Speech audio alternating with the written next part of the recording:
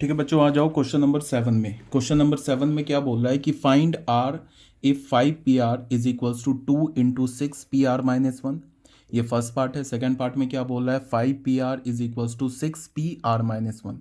हमें क्या चाहिए, आर चाहिए। कैसे फाइंड आउट करेंगे? दो फॉर्मूलाज है हमारे पास।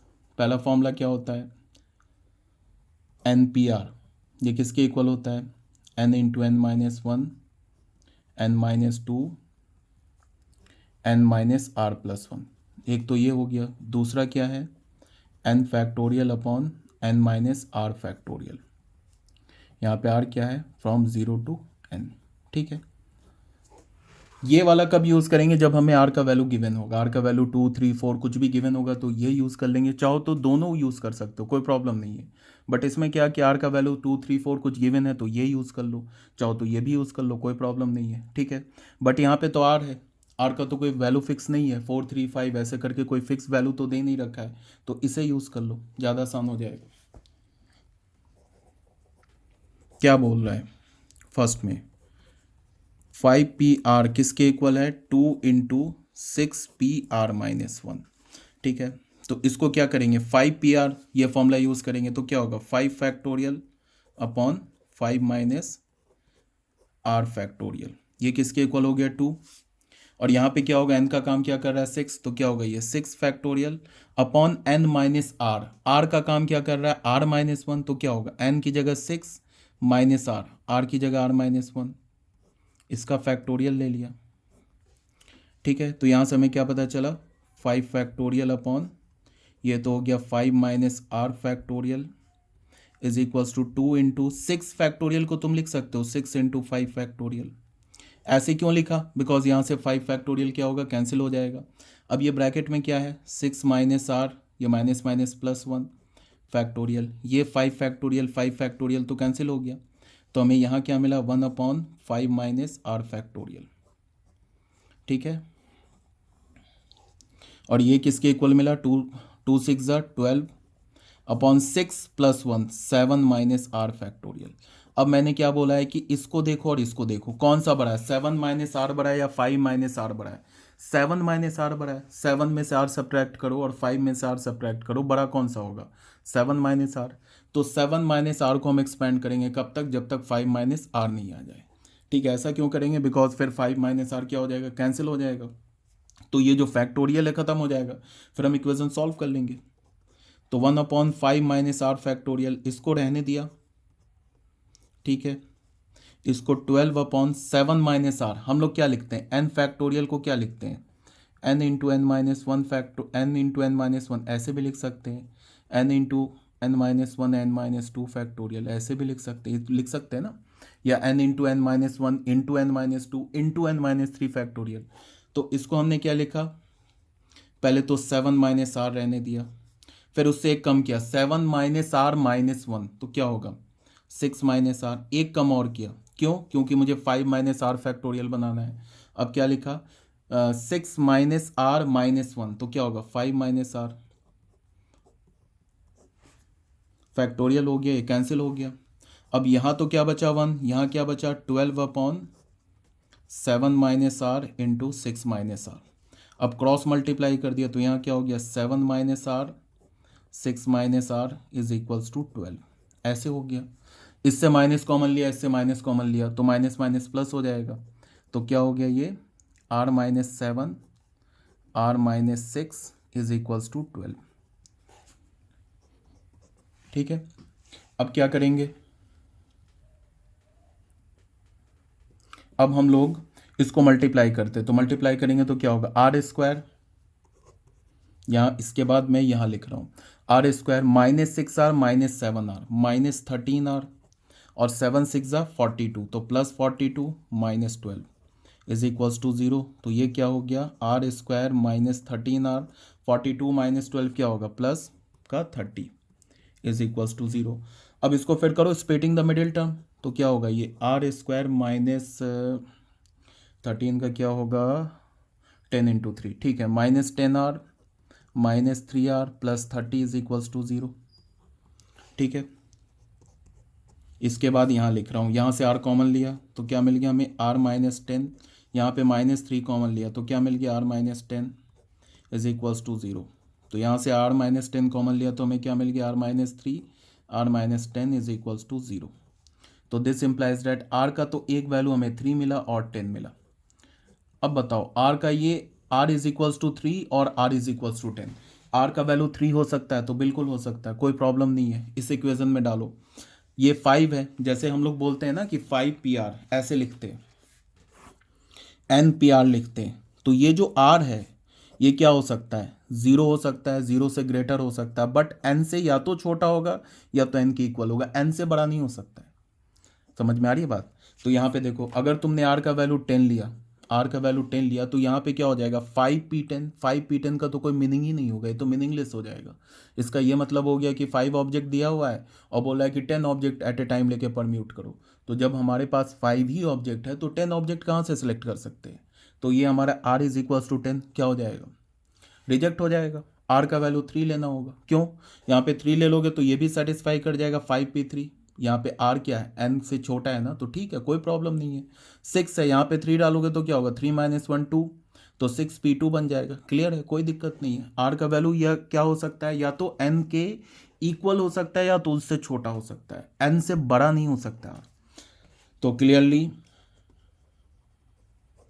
r is not equals to 10, hence r का वैल्यू क्या हो जाएगा, r इज इक्वल्स टू 3। ये हमारा आंसर हो जाएगा। r क्यों नहीं है 10? अगर लिखना चाहते हो तो उसके लिए लिख लो, because if we take r is equals to 10 then 5pr this will not define, ये डिफाइन नहीं होगा। तो नहीं डिफाइंड होगा तो हमने r इज इक्वल्स टू 10 को क्या करना है, रिजेक्ट कर देना है। r का वैल्यू 10 डालेंगे तो ये डिफाइन नहीं होगा, ये भी डिफाइन नहीं होगा। 10 डालोगे तो 10 - 1 9 हो जाएगा, 6p9, तो ये भी डिफाइन नहीं होगा। तो r इज इक्वल्स टू 10 हमने रिजेक्ट कर लिया और r इज इक्वल्स टू 3 हमारा आंसर हो गया। ठीक है, ये तो हो गया फर्स्ट पार्ट। अब आते हैं सेकेंड पार्ट में।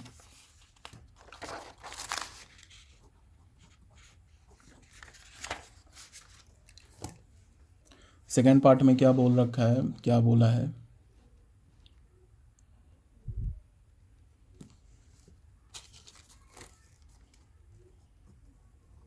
सेकेंड पार्ट बोल रहा है 5pr is equals to 6pr - 1 solve करना है। फिर वही बात, फॉर्मूला लगा दो npr का, तो क्या हो जाएगा 5pr हो जाएगा 5 फैक्टोरियल अपॉन 5 - r फैक्टोरियल, ये ऐसे हो गया। और ये क्या हो जाएगा 6 फैक्टोरियल, n का काम क्या कर रहा है 6 और r का काम क्या कर रहा है r - 1, तो ये क्या हो जाएगा n - r, तो 6 - r की जगह r - 1 है फैक्टोरियल। तो हमें क्या पता चला, यहाँ से क्या मिला 5 फैक्टोरियल अपॉन 5 - r फैक्टोरियल, और ये क्या हो गया 6 फैक्टोरियल, यहाँ क्या हो जाएगा 6 - r प्लस 1 फैक्टोरियल। इसको फर्दर सॉल्व करो, 6 फैक्टोरियल 6 + 1 ये क्या हो जाएगा 7 - r फैक्टोरियल। ठीक है, तो अब यहाँ पे हमने क्या बोला, इसको बोला 5 फैक्टोरियल अपॉन 5 - r फैक्टोरियल, और ये किसके इक्वल होगा 6 फैक्टोरियल अपॉन 7 - r फैक्टोरियल। अब देखो ये 5 फैक्टोरियल, ये 6 फैक्टोरियल है, बड़ा कौन है 6 फैक्टोरियल है, तो 6 फैक्टोरियल को तुम क्या करो एक्सपेंड करो, कब तक, जब तक कि 5 फैक्टोरियल ना आ जाए। तो फिर क्या होगा 5 फैक्टोरियल कैंसिल हो जाएगा। फिर 5 - r और 7 - r में कौन बड़ा है 7 - r, तो 7 - r को एक्सपेंड करो कब तक, जब तक कि 5 - r फैक्टोरियल ना आ जाए। तो यहाँ से हम लोग क्या करेंगे, इस 5 फैक्टोरियल को छोड़ देंगे और इस 5 - r फैक्टोरियल को भी छोड़ देंगे, कुछ नहीं करेंगे। अब ये 6 फैक्टोरियल को हमने लिख सकते हैं 6 × 5 फैक्टोरियल, एक कम कर दिया। 7 - r फैक्टोरियल को लिखा 7 - r, एक कम करेंगे तो होगा 6 - r, एक और कम करेंगे तो क्या होगा 5 - r फैक्टोरियल कर दिया। अब देखो ये 5 फैक्टोरियल इधर से न्यूमरेटर तो कैंसिल हो जाता है, अगर ए लेफ्ट हैंड साइड का न्यूमरेटर और राइट हैंड साइड का न्यूमरेटर कैंसिल हो जाता है, और लेफ्ट हैंड साइड का डिनोमिनेटर और राइट हैंड साइड का डिनोमिनेटर भी कैंसिल हो जाता है, तो ये भी कैंसिल, ये भी कैंसिल। तो हमें क्या मिला, यहाँ तो 1 मिला, यहाँ क्या मिला 6 upon 7 - r into 6 - r, cross multiply किया तो हमें क्या मिला 7 - r 6 - r is equals to 6। चाहो तो इससे दोनों से माइनस निकाल के इसको प्लस बना लो, तो क्या हो जाएगा r - 7, और ये क्या हुआ r - 6 इज इक्वल्स टू 6। इसको मल्टीप्लाई करो तो ये क्या हो गया R square minus R square हो गया minus 6r minus 7r minus 13r and plus 42 minus 6 is equals to 0। तो ये क्या हो गया R square minus 13r plus का क्या हो जाएगा 42 हो गया ना, तो ये हो जाएगा हमारा 36 इज इक्वल्स टू 0। अब इसको करो, क्या करोगे इसका 9r माइनस 4r, ठीक है। ये आर स्क्वायर लिखा, इसको लिखा मैंने 9r minus 4r plus 36 is equals to 0। अब यहाँ से क्या करो r कॉमन ले लो, तो r कॉमन ले लिया तो r माइनस 9 हो गया। इस दोनों से माइनस 4 कॉमन ले लो, क्या हो गया r minus 9 is equals to 0।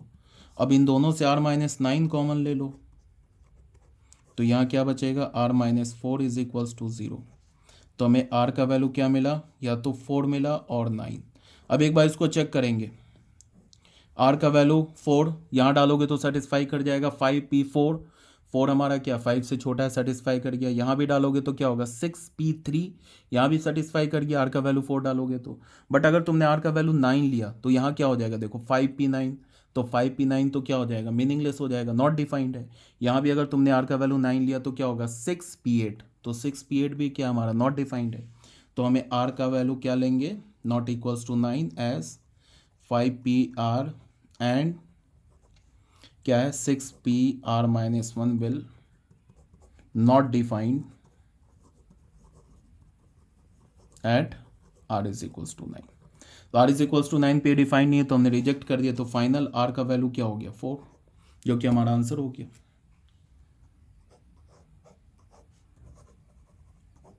ठीक है बच्चों, ये हो गया हमारा क्वेश्चन नंबर 7 भी कंप्लीट। अब आते हैं हम लोग क्वेश्चन नंबर 8 में। ठीक है बच्चों, अब आ जाओ क्वेश्चन नंबर 8 में। क्वेश्चन नंबर 8 में क्या बोल रहा है, हाउ मेनी वर्ड्स विथ और without meaning can be formed using all the letters of the word equation. ठीक है, using each letter exactly once. यहाँ पे क्या बोल रहा है, हमारे पास एक वर्ड दे रखा है इक्वेशन, इसमें बोला है कि तुम कितने लेटर्स कितने वर्ड्स बना सकते हो विथ और without meaning.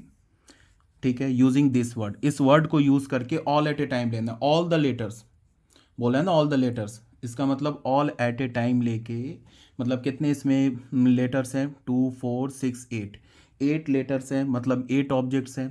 8 objects all at a time लेके हमें क्या करना है, परम्यूट करना है।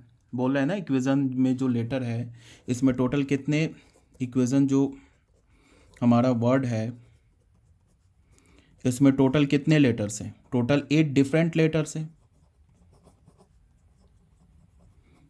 8 डिफरेंट लेटर्स हैं। और ये क्या बोल रहा है कि all letters eight a time लेके तुम्हें क्या करना है, वर्ड बनाना है। तो बताओ कितने वर्ड्स बना सकते हो, तो ऑब्वियस सी बात है 8 फैक्टोरियल। 8 डिफरेंट ऑब्जेक्ट्स है, ऑल एट ए टाइम लेंगे तो क्या होगा 8 फैक्टोरियल परमुटेशन बनेगा। हमारे पास 8 डिफरेंट लेटर्स हैं, तो 8 डिफरेंट लेटर्स हैं और हमें क्या करना है, ऑल एट ए टाइम लेके क्या करना है, परम्यूट करना है। यही तो बोल रहा है, हाउ मेनी वर्ड्स विथ और without meaning can be formed. अगर तुम परम्यूट करोगे तो ये जो इक्वेशन वर्ड है इसके अगर लेटर को परम्यूट करोगे तो क्या होगा, मीनिंगलेस, कुछ क्या मैक्सिमम 99% ऐसे वर्ड बनेंगे जिनका कोई मीनिंग नहीं होगा। तो इसीलिए क्या बोला है, विथ और without meaning can be formed using all the letter, इसके सारे लेटर्स को यूज करना है। बट यहाँ पे क्या बोल रहा है, using each letter exactly once, मतलब रिपीटेशन भी अलाउड नहीं है। तो हमने एक थ्योरम पढ़ रखा है ना कि अगर हमारे पास n डिफरेंट ऑब्जेक्ट्स हैं और ऑल एट ए टाइम लेके हमें परम्यूट करना है तो कितने परमुटेशन होंगे, n फैक्टोरियल परमुटेशन। तो यहाँ पे हमारे पास टोटल 8 डिफरेंट लेटर्स हैं और ऑल एट ए टाइम लेके परम्यूट करना है तो टोटल कितने परमुटेशन होंगे, 8 फैक्टोरियल परमुटेशन। ठीक है, इसका ये मतलब है कि अगर तुम ये इक्वेशन जो वर्ड है ना इसके लेटर्स को ऑल पॉसिबल वे में अरेंज करोगे तो टोटल कितने अरेंजमेंट्स होंगे, टोटल 8 फैक्टोरियल अरेंजमेंट्स हो जाएंगे। तो इसका आंसर क्या होगा, नंबर ऑफ वर्ड्स कितने हो जाएंगे, ये हो गया 8 फैक्टोरियल। चाहो तो ऐसे लिख लो, चाहे तो ऐसे लिख लो।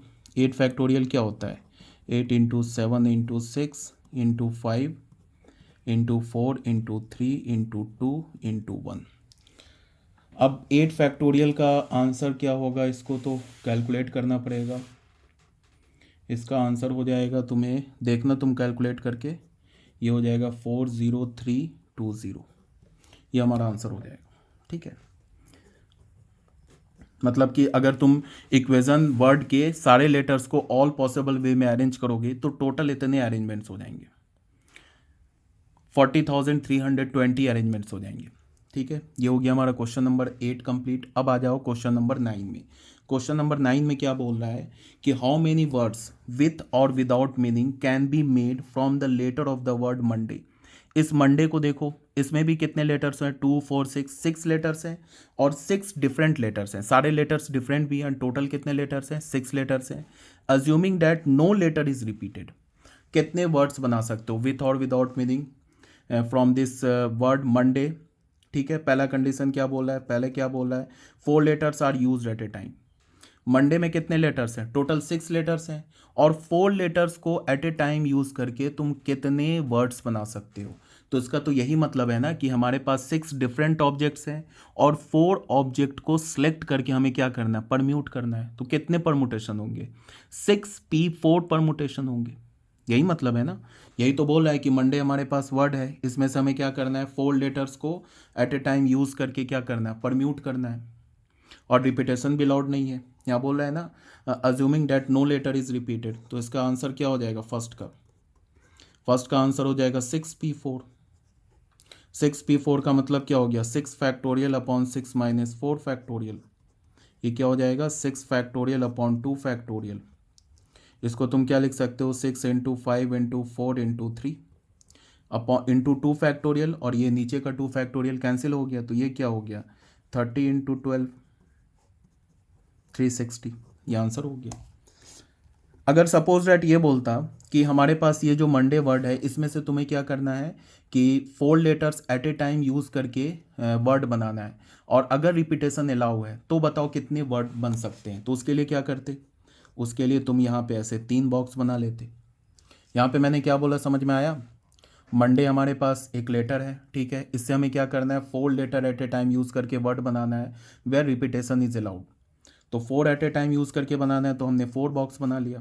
अब इसको कितने वे से फिल कर सकते हैं, 6 वे से फिल कर सकते हैं। क्यों, बिकॉज यहाँ पे हमारे पास टोटल 6 लेटर्स अवेलेबल है। इसको भी 6 वे से फिल कर सकते हैं, इसको भी 6 वे से फिल कर सकते हैं और इसको भी 6 वे से फिल कर सकते हैं। Then by the fundamental principle of multiplication total number of words कितने हो जाते हैं, 6⁴। ये आंसर नहीं है, ये मैं एक्स्ट्रा बता रहा हूँ। यहाँ पे बोला है ना रिपीटेशन इज नॉट अलाउड, अगर बोलता रिपीटेशन इज अलाउड तो फिर क्या होता आंसर, 6⁴। ये 4 बॉक्सेस है ना, इसको भी 6 वे से फिल कर सकते हैं, इसको भी, इसको भी और इसको भी। तो हमारा आंसर क्या हो जाता है, 6⁴। ठीक है, ये हमारा आंसर हो गया। सेकेंड पार्ट में आ जाओ। सेकेंड में क्या बोल रहा है, all the letters are use at a time. अब बोला है कि ये मंडे हमारे पास एक वर्ड है, इसमें सारे लेटर्स को यूज करके without repetition, no letter is repeated, कितने वर्ड बना सकते हो। तो all the letter are use at a time, तो 6 लेटर है और 6 लेटर्स को हमें एट ए टाइम यूज करके अगर हमें वर्ड बनाना है तो कितने वर्ड्स बनेंगे। इसका यही मतलब है ना कि हमारे पास 6 डिफरेंट ऑब्जेक्ट्स हैं और हमें 6 एट ए टाइम लेके परम्यूट कराना है, तो कितने परमुटेशन बनेंगे, 6 फैक्टोरियल परमुटेशन बनेंगे। पता है ना हमें कि n डिफरेंट ऑब्जेक्ट और n एट ए टाइम लेके अगर हम परम्यूट करें तो n फैक्टोरियल परमुटेशन होता है।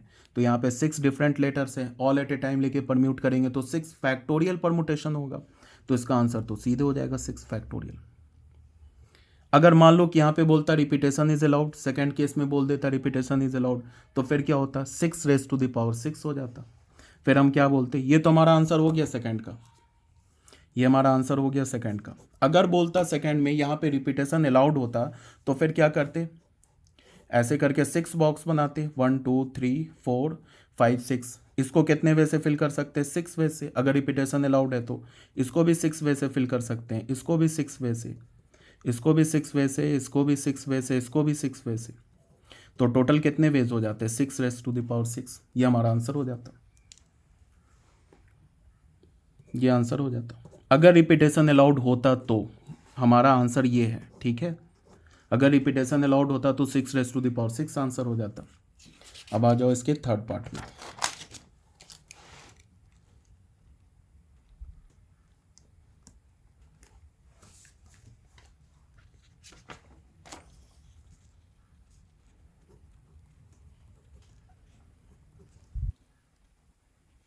यहाँ पे क्या बोला थर्ड पार्ट में, all the letters are used but the first letter is a vowel. सारे लेटर्स को यूज करके हमें परम्यूट करना है, बट फर्स्ट लेटर क्या होना चाहिए, वॉवेल होना चाहिए। तो उसके लिए भी देख लो थर्ड पार्ट में क्या है। सबसे पहले हमारे पास लेटर क्या, मंडे। टोटल कितने लेटर्स हैं, ये हमारे पास 6 डिफरेंट लेटर्स हैं।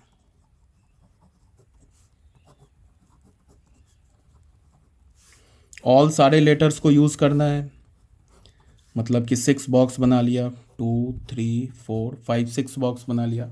बट जो पहला वर्ड का जो पहला लेटर होना चाहिए वो वॉवेल होना चाहिए। तो उसमें कितने वॉवेल्स हैं, 2 ही तो वॉवेल्स हैं, एक तो ओ एक तो ए। तो इसका मतलब इसको कितने वे से फिल कर सकते हैं, इसको 2 वे से फिल कर सकते हैं, बिकॉज बोला है ना कि लेटर का जो पहला वर्ड होना चाहिए वो क्या होना चाहिए, वॉवेल होना चाहिए। तो इसको 2 वे से फिल कर सकते हैं।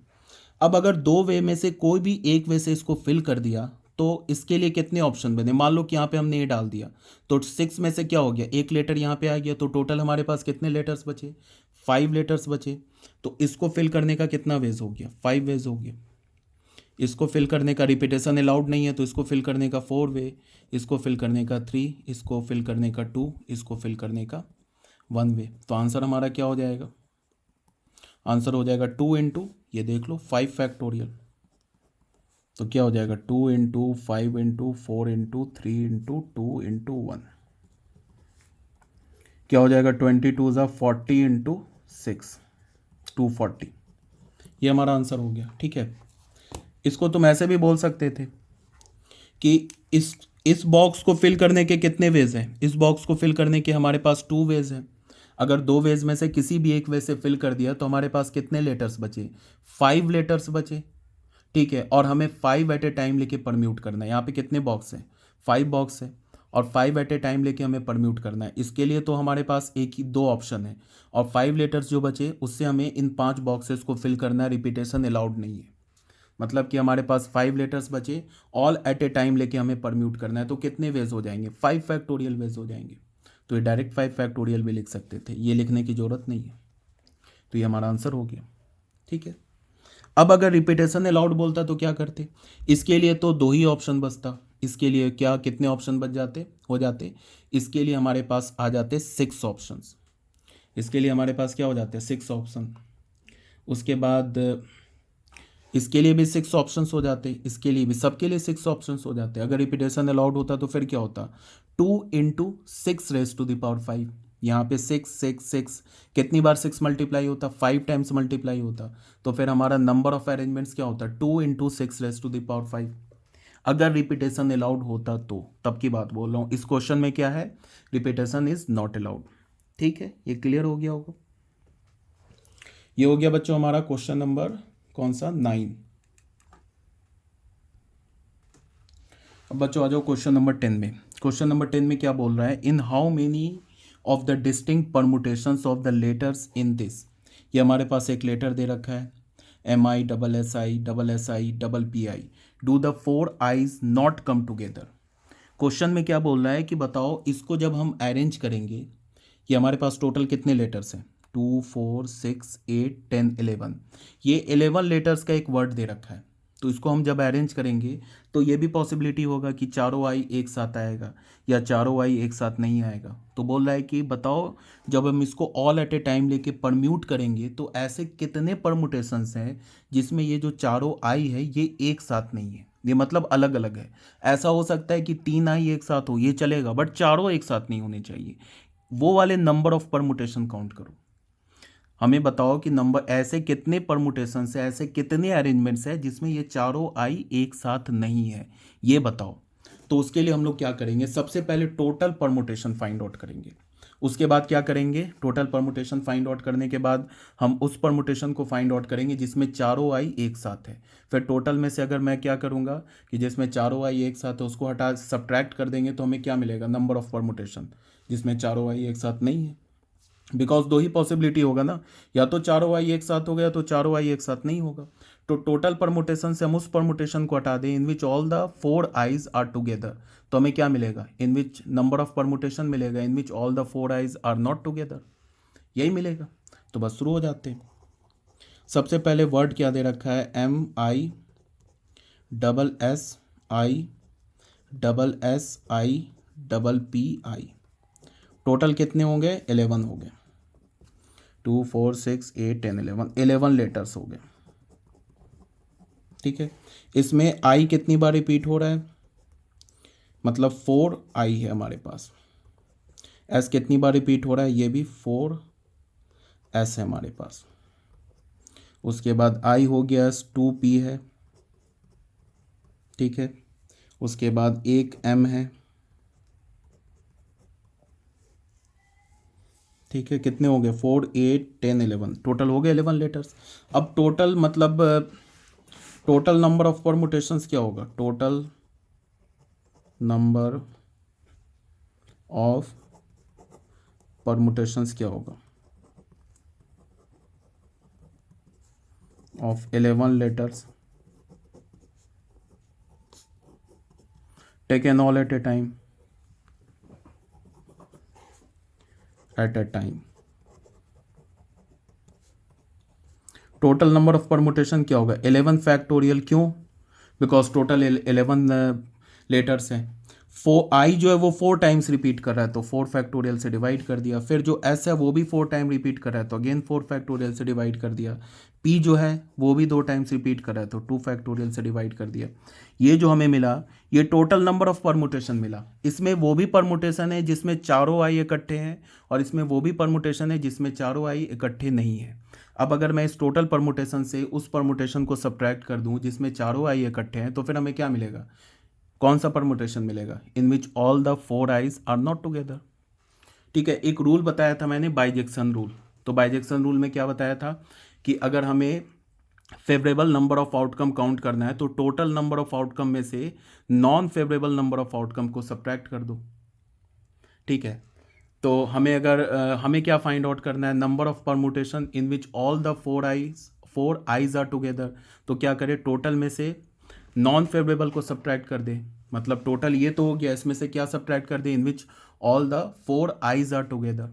तो हमें क्या मिल जाएगा? In number of permutation in which all the 4 eyes are not together. ठीक है, बस शुरू हो जाते हैं। अब ये कैसे निकाले कि number of permutation in which all the 4 eyes are together? ये ऑलरेडी इस टाइप के क्वेश्चन हम लोग कर चुके हैं। एक डॉटर वाला क्वेश्चन किया था एग्जाम्पल में।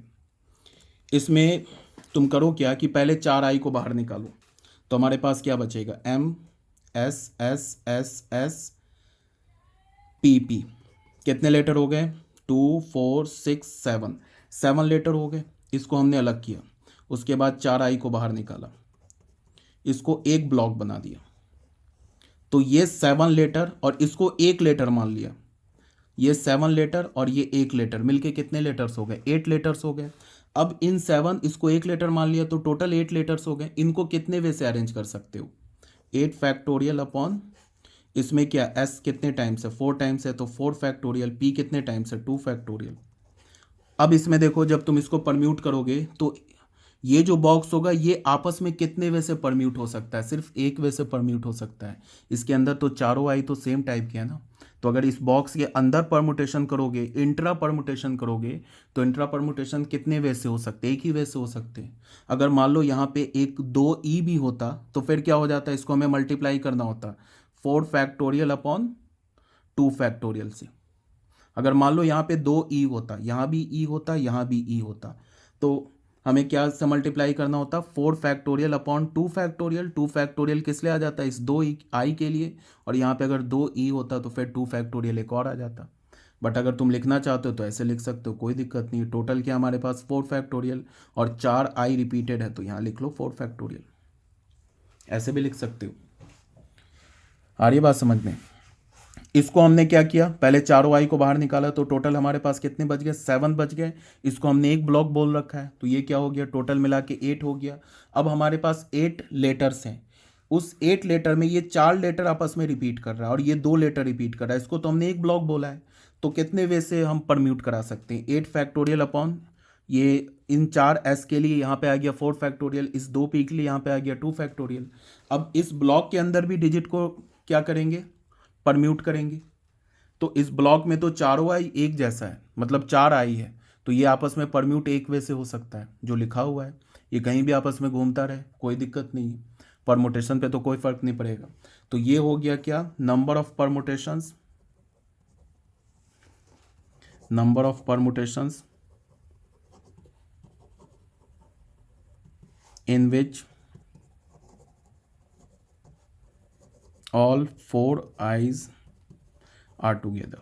बट हमें ये तो नहीं चाहिए, हमें तो चाहिए कि number of permutation in which all the four eyes are not together. तो क्या करेंगे, टोटल में से इसको सब्ट्रैक्ट कर देंगे, आंसर आ जाएगा।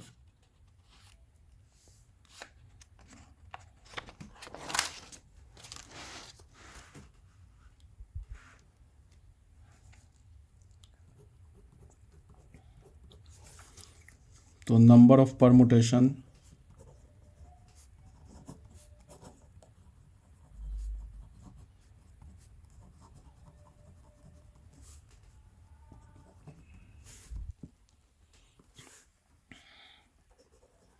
in which all the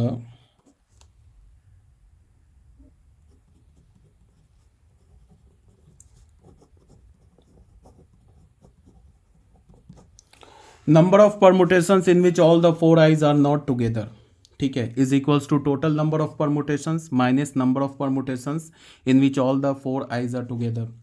तो ये क्या हो जाएगा, टोटल परमुटेशन क्या निकाला हमने, टोटल परमुटेशन हमने निकाला है 11 factorial upon 4 factorial 4 factorial into 2 factorial, minus करेंगे in which all the four eyes are together 8 factorial upon 4 factorial 2 factorial, ठीक है।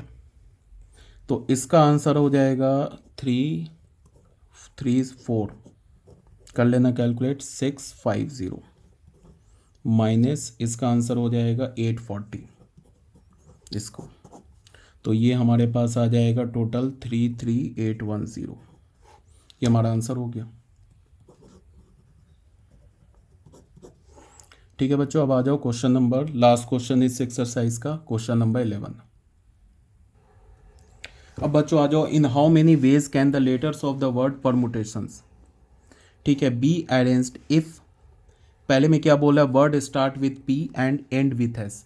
बोला है कि ये जो परमुटेशंस वर्ड है ना, इसको तुम कितने वे से अरेंज कर सकते हो कि पहला वर्ड किससे स्टार्ट हो, मतलब वर्ड का पहला लेटर किससे स्टार्ट हो, पी से, और वर्ड का जो लास्ट लेटर हो किससे एंड हो, एस से। तो उसके लिए क्या करेंगे, उसके लिए तुम ऐसे देखो,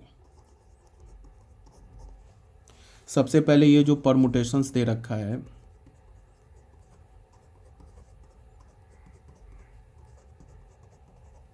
इसमें टोटल कितने लेटर्स हैं, 2 4 6 8 10 12, टोटल हमारे पास 12 लेटर्स हैं,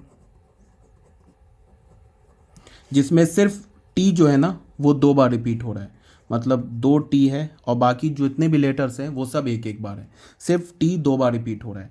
अब क्या बोल रहा है कि ऐसे इस परमुटेशंस वर्ड से ऐसे कितने वर्ड्स बना सकते हो जिसका पहला लेटर पी से स्टार्ट हो और एंड लेटर किससे, ये लास्ट लेटर किससे एंड हो, एस से एंड हो। तो हम लोग क्या करेंगे, कुछ नहीं है, ऐसे करके पहला क्या हो, पी से स्टार्ट हो, एंड किससे हो, एस से।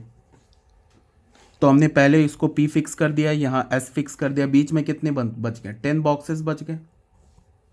अब 10 बॉक्सेस के लिए हमारे पास कितने लेटर्स हैं, 10 लेटर्स हैं, ठीक है। और 10 लेटर्स जो बचे उसमें से टी भी 2 बार रिपीट हो रहा है, इससे पी और एस, ये तो फिक्स हो गया। देखो ये टोटल 12 लेटर्स है, 12 लेटर्स में से सिर्फ टी 2 बार रिपीट हो रहा है।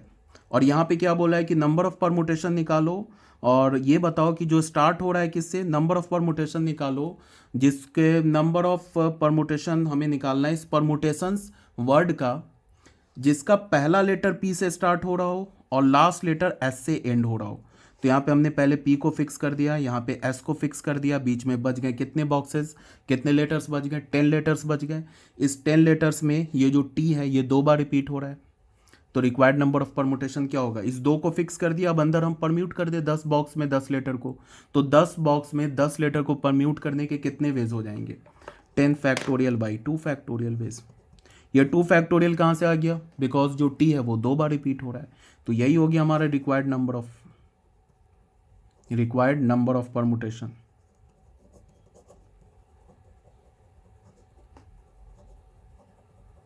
ये हमारा आंसर हो गया 10 फैक्टोरियल अपॉन 2 फैक्टोरियल, यही हमारा आंसर हो गया। यहाँ हमने P फिक्स किया, यहाँ हमने S फिक्स किया, और बीच में जो 10 बॉक्सेस बचे उसमें हमें 10 लेटर को अरेंज करना है, जिसमें T 2 बार रिपीट हो रहा है। तो नंबर ऑफ परमुटेशंस क्या हो जाएंगे 10 फैक्टोरियल अपॉन 2 फैक्टोरियल। ठीक है, ये फर्स्ट हो गया सॉल्व। अब आ जाते हैं सेकंड पे। ठीक है बच्चों, अब आ जाओ क्वेश्चन नंबर 2 में। क्वेश्चन नंबर 2 में क्या है कि इस क्वेश्चन नंबर 2 नहीं, इसका जो सेकंड पार्ट है उसमें क्या बोल रहा है कि वॉवेल्स आर टुगेदर। वॉवेल्स क्या होने चाहिए, एक साथ होने चाहिए। तो यहाँ पे टोटल कितने लेटर्स हैं, 2 4 6 8 10 12, टोटल हमारे पास 12 लेटर्स हैं। ठीक है, 12 लेटर्स में 2 लेटर्स जो है 2 टी जो है वो 2 बार रिपीट हो रहा है। ठीक है, देख लो, एक बार ये टी हो गया, एक बार ये टी हो गया, टी 2 बार रिपीट हो रहा है। उसके बाद क्या है कि इसमें कितने वॉवेल्स हो गए, वॉवेल्स निकालो। एक तो हो गया ई, एक क्या हो गया यू, यू के बाद हो गया ए के बाद हो गया आई के बाद हो गया ओ, ए ई आई ओ यू। इसमें तो पांचों के पांच वॉवेल्स आ गए। अब बोल रहा है कि वॉवेल्स क्या होने चाहिए, एक साथ होने चाहिए।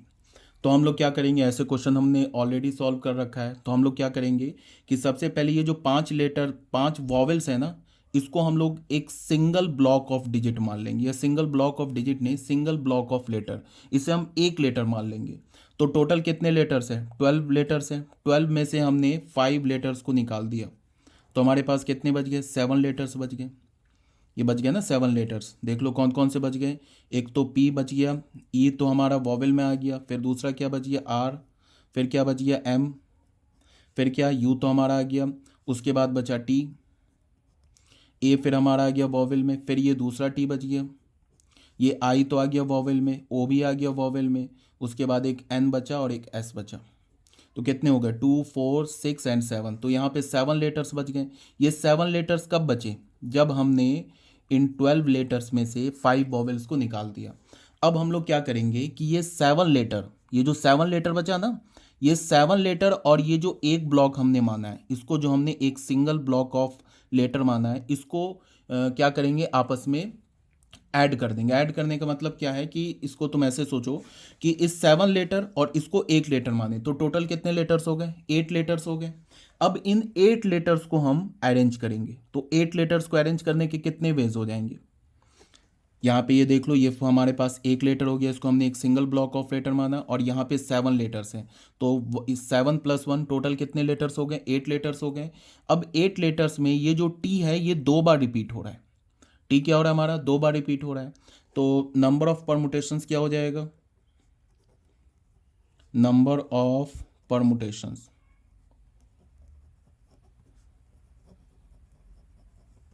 नंबर ऑफ परमुटेशंस हो जाएगा 8 फैक्टोरियल। क्यों, बिकॉज यहाँ पे क्या हमारे पास 7 + 1 इसको एक माना है, तो 8 फैक्टोरियल हो गया। टी कितनी बार रिपीट हो रहा है, 2 बार, तो 2 फैक्टोरियल।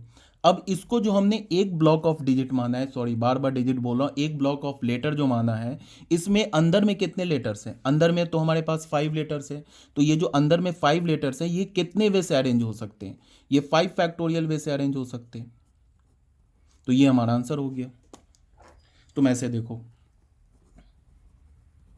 ये ऑलरेडी मैंने एक्सप्लेन कर रखा है, बट फिर भी ऐसे देखो, मान लो कि ये जो हमारे पास नंबर ऑफ परमुटेशन आया ना, इसमें से हमने एक परमुटेशन ली, जो 7 लेटर है, और इसको हमने जो एक लेटर माना है, इसमें से हमने क्या किया, एक ऐसे परमुटेशन लिया। मान लो पी यहाँ पे आ गया, उसके बाद आ गया ये एक ब्लॉक ई यू ए आई ओ, उसके बाद आ गया आर, फिर आ गया एम, फिर आ गया टी, फिर आ गया टी, फिर आ गया एन, फिर आ गया एस। तो कितने हो गए 1 2 3 4 5 6 7 8। मान लो कि ये जो हमारे पास परमुटेशन आया ना, उसमें से एक परमुटेशन हमने ये उठा लिया। ठीक है, अब इस एक परमुटेशन के क्रॉसपॉन्डिंग ऐसे कितने परमुटेशन बन जाएंगे, अगर इसको मैंने एक सिंगल लेटर माना तो ऐसे कितने परमुटेशन बन जाएंगे, ऐसे करके हमारे पास 8 फैक्टोरियल अपॉन 2 फैक्टोरियल परमुटेशन बन जाएंगे। इसको तुम देखो, इसको तुम ध्यान से देखो, ये हमारे पास टोटल 8 लेटर्स है ना, इसको तो हमने सिंगल लेटर माना है, तो ये 8 लेटर्स है जिसमें टी 2 बार रिपीट हो रहा है। तो ऐसे करके अगर मैं परमुटेशंस बनाऊं तो कितने परमुटेशंस बनेंगे, 8 फैक्टोरियल अपॉन 2 फैक्टोरियल परमुटेशंस बन जाएंगे, बन जाएंगे ऐसे करके। ठीक है। अब ये 8 फैक्टोरियल अपॉन 2 फैक्टोरियल परमुटेशन में से मैंने एक परमुटेशन ये उठाया, एक सिंगल परमुटेशन उठाया।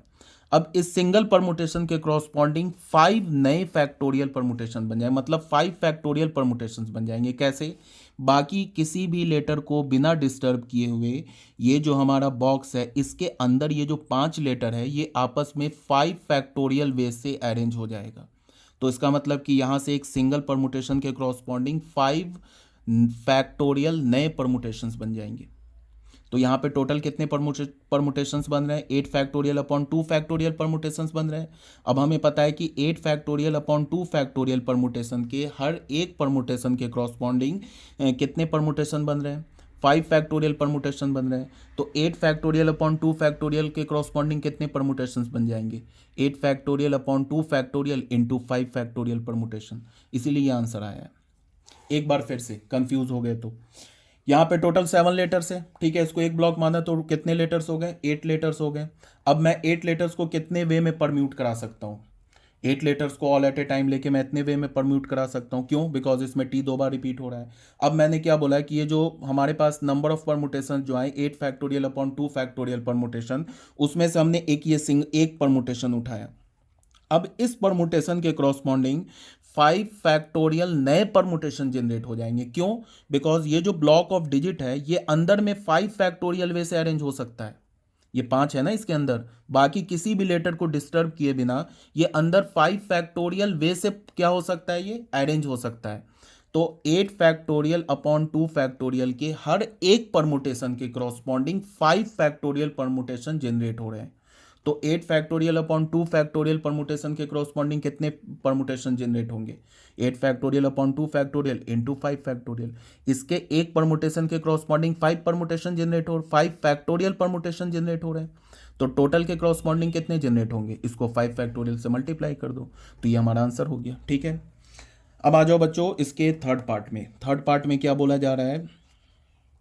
थर्ड पार्ट में बोल रहा है कि there are always 4 letters between P and S. P और एस के बीच में हमेशा क्या होना चाहिए? 4 लेटर्स प्रेजेंट होना चाहिए। तो हमारे पास टोटल कितने लेटर्स हैं? देख लो ध्यान से। टोटल हमारे पास 12 लेटर्स हैं। तो हमने क्या किया?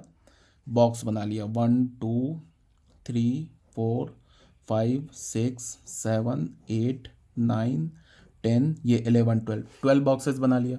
अब क्वेश्चन में बोल रहा है कि पी और एस के बीच में हमेशा 4 लेटर्स प्रेजेंट होने चाहिए। तो सबसे पहले हम क्या करेंगे? पी और एस के नंबर ऑफ वेज खोजेंगे कि पी और एस को हम कितने वेज से अरेंज कर सकते हैं।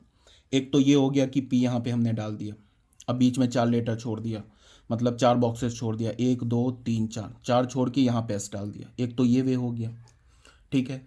दूसरा वे क्या होगा कि पी को हम यहाँ पे डालें, पी यहाँ डालें और बीच में 4 लेटर छोड़ दें, एस यहाँ डाल दें। ये हो गया हमारा दूसरा वे। ये हो गया हमारा फर्स्ट वे, ठीक है। ये हो गया हमारा सेकेंड वे। थर्ड वे क्या होगा कि पी इस बॉक्स में डालें और एस को यहाँ पे डाल दें। ये हो गया हमारा थर्ड वे। फिर चौथा वे क्या हो गया कि पी को इस बॉक्स में डालें और एस को यहाँ डाल दें इस बॉक्स में। ये हमारा क्या हो गया? फोर्थ वे हो गया। पांचवा वे क्या हो गया कि पी को इस बॉक्स में डालें और एस को यहाँ डाल दें। ये हमारा हो गया फिफ्थ वे। उसके बाद क्या हो जाएगा? नेक्स्ट वे क्या होगा कि पी को हम लोग इस बॉक्स के नीचे डालें यहाँ पे, ठीक है। और एस को क्या करें? एस हमारा भी किस बॉक्स पे आया? ये हो गया ये वाला, ये इस बॉक्स में डाल दें, यहाँ पे इस बॉक्स में डाल दें, एस को यहाँ पे डाल दें। ये जो हमारा एस है इस बॉक्स के क्रॉसपॉन्डिंग, ये एस इस बॉक्स के क्रॉसपॉन्डिंग ऐसे। पी जो हमारा इस बॉक्स, ये ऐसे देख लो, यहाँ पे डाल दें। ये हो गया हमारा क्या हो गया? सिक्स्थ वे। मतलब पी और एस को अरेंज करने के ये सिक्स्थ ऑप्शन हो गया। सेवंथ ऑप्शन क्या होगा कि पी को यहाँ डालें और एस को कहाँ डालें? इस लास्ट में। ये हमारा 7 वेज हो गया। मतलब कि 7 वेज से हम पी और एस को क्या कर सकते हैं? प्लेस कर सकते हैं इन 12 बॉक्सेस में। अगर मान लो कि हमने पहला वे उठाया, पहले में पी यहाँ पे, एस यहाँ पे, तो बीच में 4 बॉक्सेस छूट गए ना, इसमें लेटर भर दो कोई, तो पी और एस के बीच में 4 लेटर्स आ जाएंगे। फिर अगर दूसरा वे में पी के हमारा सेकेंड बॉक्स में और एस का हमारा 4 बॉक्स छोड़ के 1 2 3 4, यहाँ पे हमारा एस इस बॉक्स में, इस बॉक्स को क्या बोलेंगे 1 2 3 4 5 6 7th बॉक्स में। तो उसका क्या मतलब है कि P यहाँ पे है और S अगर 7th बॉक्स में, तो फिर बीच में 4 बॉक्सेस छूट गए, 1 2 3 4, 4 बॉक्सेस छूट गए। तो ऐसे करके P और S को हम लोग इस वे से अरेंज कर सकते हैं। तो टोटल कितने वेज मिले 7, बट ये 7 वेज नहीं है, टोटल 14 वेज है। ये भी तो हो सकता है कि हमने P को यहाँ डाला, S को यहाँ डाला, ये तो एक वे हो गया। ये भी तो हो सकता है कि S को यहाँ डाले, P को यहाँ डाले। तो इस एक वे के क्रॉसपॉन्डिंग क्या हमें मिलेगा, मतलब P यहाँ डाला, S यहाँ डाला, फिर यहाँ पे P डाला, फिर S यहाँ डाला, फिर S यहाँ डाला, P यहाँ डाला, तो टोटल कितने वेज हो जाएंगे 14 वेज हो जाएंगे। 14 वेज से सिर्फ हम P और S को अरेंज कर सकते हैं। अब इन 14 वेज में से कोई भी एक वे उठा लो, उसके क्रॉसपॉन्डिंग कितने परमुटेशंस मिलेंगे। मान लो कि हमने पहला वे उठाया, पहला वे उठाने का मतलब P को हमने फर्स्ट बॉक्स में फिल कर दिया और S को हमने कितने कौन से बॉक्स में फिल किया, 6 बॉक्स में फिल किया, 3 4 5 6 बॉक्स में फिल किया। तो इसका मतलब क्या है कि बीच में ये 4 बॉक्सेस बच गए और यहाँ पे कितने बॉक्सेस बच गए, ये बॉक्सेस बच गए 2 4 6 बॉक्सेस बच गए। इसमें 6 और 4 10 ऑब्जेक्ट डाल सकते हो। तो इस एक वे के क्रॉसपॉन्डिंग कितने परमुटेशंस होंगे, एक वे के corresponding 10 factorial upon 2 factorial permutations होंगे। जो अब जो 10 अगर हमने P और S को फिक्स किया, जो अब जो 10 लेटर्स बचे उसमें T 2 टाइम्स रिपीट हो रहा है ना, तो कितने परमुटेशंस बनेंगे, 10 फैक्टोरियल अपॉन 2 फैक्टोरियल परमुटेशंस बनेंगे। तो यहाँ पे कितने टोटल वेज हैं, यहाँ पे 7 वेज नहीं है, टोटल 14 वेज है। यहाँ पे मैं P को यहाँ डालूँ, S को यहाँ डालूँ, या फिर मैं ऐसे बोलूँ कि S को मैं यहाँ डालूँ, P को यहाँ पे डालूँ, तो टोटल 14 वेज है। तो 14 वेज में एक वे के क्रॉसपॉन्डिंग जब हमने फर्स्ट वे उठाया जिसमें हमने P को यहाँ डाला, S को यहाँ डाला, या फिर S को यहाँ डाला, P को यहाँ डाला, मतलब एक वे ही मान लो, P को यहाँ पे डाला, S को यहाँ पे डाला, तो एक वे के क्रॉसपॉन्डिंग कितने बन रहे हैं, 10 फैक्टोरियल अपॉन 2 फैक्टोरियल परमुटेशन बन रहे हैं। तो टोटल P और S को कितने वे से हम अरेंज कर सकते हैं, 14 वे से अरेंज कर सकते हैं। तो 14 बेस के क्रॉसपॉन्डिंग कितने परमुटेशंस बनेंगे, इसको 14 से मल्टीप्लाई कर दो, ये हमारा आंसर हो गया, यही हमारा आंसर हो गया। तो रिक्वायर्ड नंबर ऑफ परमुटेशन क्या हो गया हमारा, रिक्वायर्ड नंबर ऑफ परमुटेशंस